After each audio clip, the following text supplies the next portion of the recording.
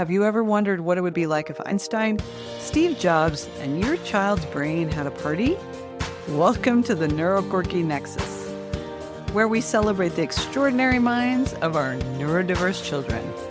Welcome to you amazing parents and caregivers to this podcast. Here we are going to navigate the colorful world of neurodiversity, and we're going to explore holistic, out-of-the-box solutions for children and teens with ADHD, stress, anxiety, and other neuroquirks. Each week we'll dive into practical, brain-based techniques and quirky strategies to help your child thrive. I'm Laurie Bloyer, a former veteran teacher turned holistic neurogrowth, learning, and life success coach. As a parent of a neurodiverse child myself, I've spent the last 20 years researching, experimenting, and developing unconventional approaches to support these unique minds. I myself have ADHD diagnosed later in life, and thank goodness, now I understand some of my neuroquirks, and I am going to give you, from my years of teaching in the classroom, my son and myself, several tips, tricks, strategies to help you and your child thrive and create peace at home and joy in your life. So, are you ready? Let's get quirky.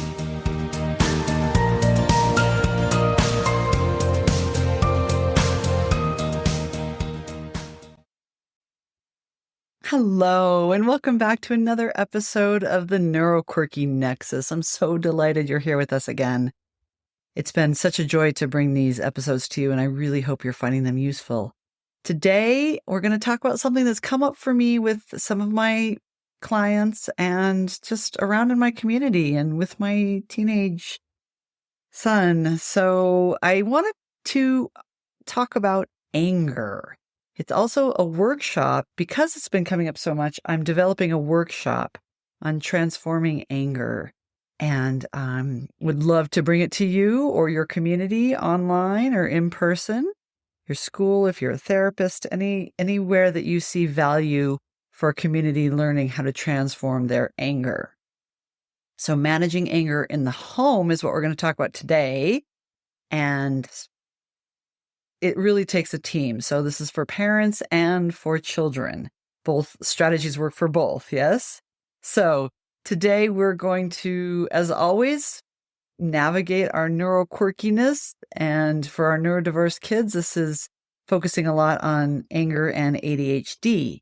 So I'm Laurie Bloyer, your host, and I'm your learning and life success coach for families with ADHD. I'm happy to help you if you have a need, and I hope these podcast episodes are really helping as well. Okay, so today we're tackling a big topic, managing anger in the home. If you've ever felt like your house is a battlefield, you're not alone. Many parents of neurodiverse kids struggle with emotional outbursts, defiance, frustration. I know I'm preaching to the choir here, right? Both their children and their own anger. Right? Not just theirs. In this episode, we're going to break down why anger happens, how to manage it, and how to create a more peaceful home environment. Are you ready? Let's get quirky. All right, understanding anger. It's really not just about defiance, right? Anger is what's the tip of the iceberg. There's a whole bunch underneath the surface. Anger, it's often misunderstood. It's not just about a child being defiant or disrespectful. Instead, it's usually a response to feeling overwhelmed, unheard, or out of control. For kids with ADHD, emotional regulation can especially be challenging because of differences in their brain's executive functioning. Many of us were raised to see anger as a bad thing. It's a problem. It's negative. There's really different types of anger. And really, people have seen anger, though, as something to be suppressed or avoided. But anger, when it's understood and managed well, can be productive. It signals a need for change, a boundary being crossed, or a deeper emotional need that isn't being met. Instead of eliminating anger, our goal should be to transform it into something constructive or learning about it, right? We shouldn't just avoid it or hide it. Let's learn how to work with it or channel it into something constructive. As parents, we may also struggle with our own emotional regulation, especially when we're exhausted, overstimulated, or feeling ineffective. Anger can quickly turn into that cycle. Your child explodes, you react, they escalate, and soon everyone is overwhelmed. That cycle. How do we interrupt that cycle? How do we break that cycle? All right, let's talk about that. Step 1. One of the best ways to manage anger is to understand what triggers it for both parents and children. Common triggers. So think about these. What triggers you? What triggers your child? Some common ones could be feeling unheard or dismissed, sensory overload, right? Too much noise, light, chaos. Could be transitions, moving from one activity to another. Stopping an activity is, I know, a big one for some parents. It could be they're hungry, they're tired. Any of those sound familiar? Maybe they just feel that there's injustice or something is unfair.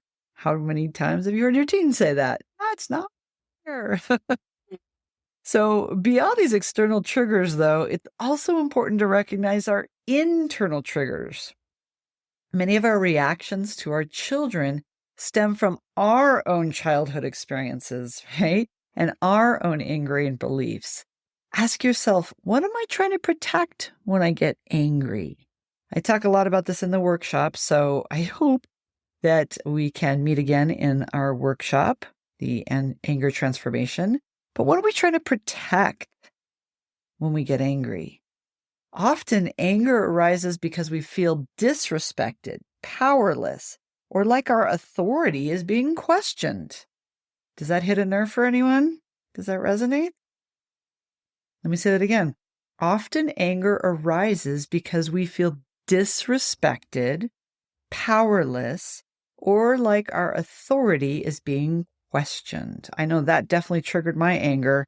I used to be a very angry parent and thought that was the way to correct things, was to yell. And it really changed. Life is so much more peaceful now that we've cleaned up this area or that area of my parenting that was horrible. I hated that I yelled. I hated it. And my child, I think, really it added to his anxiety, if not gave him the anxiety. So it definitely changed things when the yelling stopped and the peace was found in our home. Okay, sorry, side note. So what was I trying to protect? All of those, right? That my authority was being questioned, that I felt disrespected, that I felt powerless because my child was young. So I felt powerless. So identifying these deeper emotional roots can help us respond rather than react. Start observing those patterns in yourself, in your child. When do you see the meltdowns happen? What situations set you off as a parent? Identifying these really helps you prepare for them. Okay, step 2. Regulating yourself first. Before you can help your child manage their anger, you need to check in with yourself, right? And really regulate yourself because you can't help them if you are not regulated. Otherwise, you'll go back to that cycle again, of the never-ending cycle. So if you meet your child's chaos with more chaos, right, things are going to escalate. And there goes the cycle. So pause before reacting. Take a deep breath or count to 5 before responding. I'm really, as you know, a proponent of deep breathing. It is a very proven strategy to help with regulating for children and adults. As an adult, you can lower your voice instead of matching their intensity. Speak softly, and it will help de-escalate inside of you and de-escalate the situation. And you know what? Sometimes you just might need to step away. It's okay to take a moment, collect yourself before addressing the problem. And what's even better is if you do all of these, you're modeling for your child. You are modeling. We're going to talk about the children coming up next, but you being a great model for them. You're saying, I'm going to take a deep breath. I'm going to talk in a softer voice, but you know what? I'm really, really angry right now. And I just need to step away, calm down, and I'll come back and talk when I can not feel so angry. Isn't that a great model for your child? So when they get angry, you can remind them, oh, remember what I do? Take a deep breath. And tell me how you feel. You're really angry, or you're really disappointed, or you're really frustrated. Okay, take a step away and come back when you feel ready. What a great thing to model for them as young adults and adults going forward. You can always also just use the mantra to yourself, say like, my child is struggling, not giving me a hard time. Right? That can help shift your mindset. Or my child is having a hard time. They're not giving me a hard time, right? Those are mantras that you could say, or sayings, or my child is being bad. They are not bad, right? They're acting bad. They're not a bad child. And I'm not a bad parent. I may be having a hard time, but I'm not a bad parent. It's another one you can say to yourself. And recognize your own needs. If you're exhausted, overstimulated, or feeling alone in parenting, your patience will be thinner. Make sure to prioritize your self-care. Remember what we talked about on Valentine's Day week. And ask for support when needed. So important. All right, you ready for step 3? Teaching your child emotional regulation skills. So that modeling that we talked about earlier, kids with ADHD need explicit teaching before they get angry, before the situation and the big feelings, and during the big feelings, right? So teaching and practice when it comes to managing big emotions. Some strategies you could use are naming the emotion, right? I see that you're really frustrated right now. You're really angry. You're really mad. You're really disappointed. There's a lot of words. They don't have to just use one or the other. Teach them what those emotions are. And it helps them really feel understood, and it builds their awareness of these different emotions. You could provide them with a physical outlet, like, okay, I can see you're just really needing to get out some steam right now. You like jumping jacks, jumping on a trampoline, squeezing a stress ball, doing wall push-ups, anything to release some of that energy in a more positive way. They could practice mindfulness, like I said. I love that deep breathing. Even better if they breathe out with an audible tone to really stimulate that vagus nerve, which I should do more episodes on that. But if they breathe in and breathe out with whatever noise they want to make to stimulate the vagus nerve, that's a great one. And progressive muscle relaxation. So they get really, really, really, really, really tense and slowly relax their muscles. It's also really great for adults too. That one is an immediate stress reducer. And how about a calm down corner? We've talked about this many times in earlier episodes, but a sensory corner that feels calm and relaxing, their little oasis where they have their special lighting or other sensory tools, a blanket, fidgets, right? Anything that you put in that calm down corner to help them regulate themselves. Remember, we're really trying to use our regulation strategies to meet their dysregulation strategies so that the two come together. Again, talk about that a lot in my workshop. All right, let's use if-then planning. So help your child create a personal anger plan. When I start to feel angry, then I will.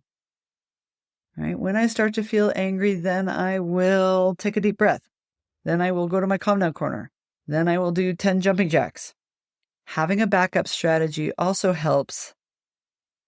So you could say things like, if that doesn't work, then I will, right? So if the jumping jacks didn't help, then I will take a deep breath. Then I will do progressive muscle relaxation. Okay? And helping them recognize their triggers, just as you, parents, need to identify your own anger triggers.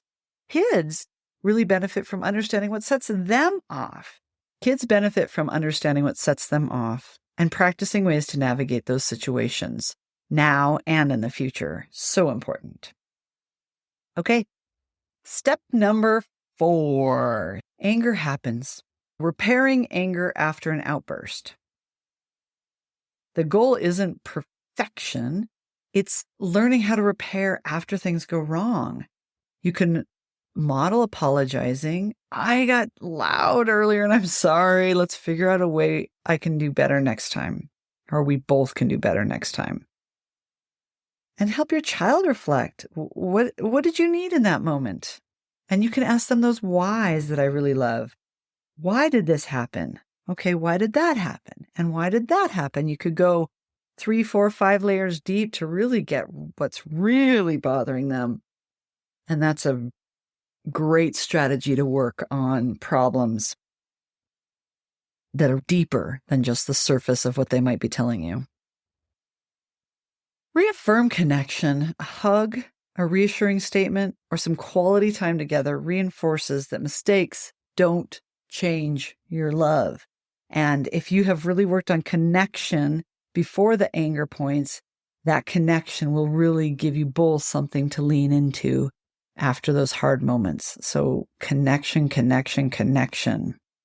Very important. And of course, as I said earlier, teaching your kid that anger isn't bad, right? It's information. When kids see that anger is a signal rather than a problem, they can begin to process it in healthier ways.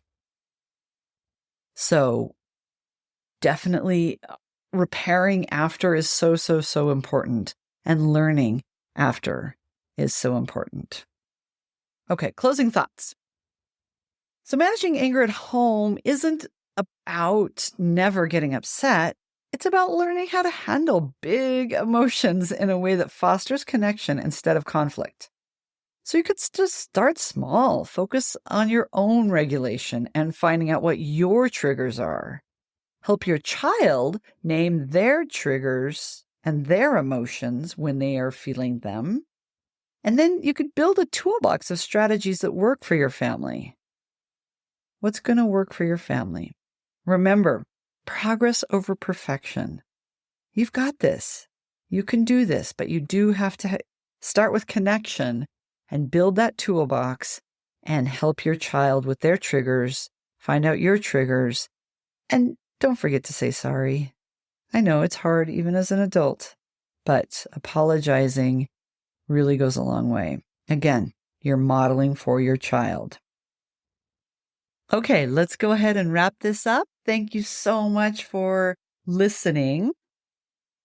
If today's episode, really resonated with you, I would love if you shared it with someone that you think might benefit from these strategies that we talked about.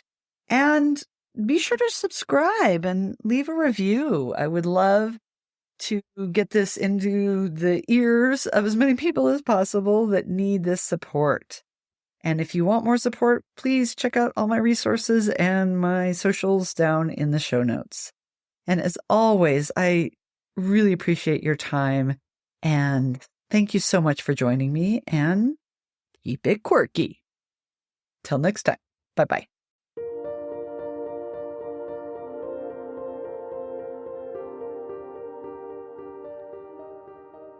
Thank you for listening to Quirky Nexus. We are so glad you took the time to join us today. I know time is precious, and we are so glad you're here. I hope you got a lot out of this episode. Please don't forget to post your activity using hashtag NeuroNexus. That's NeuroNexus.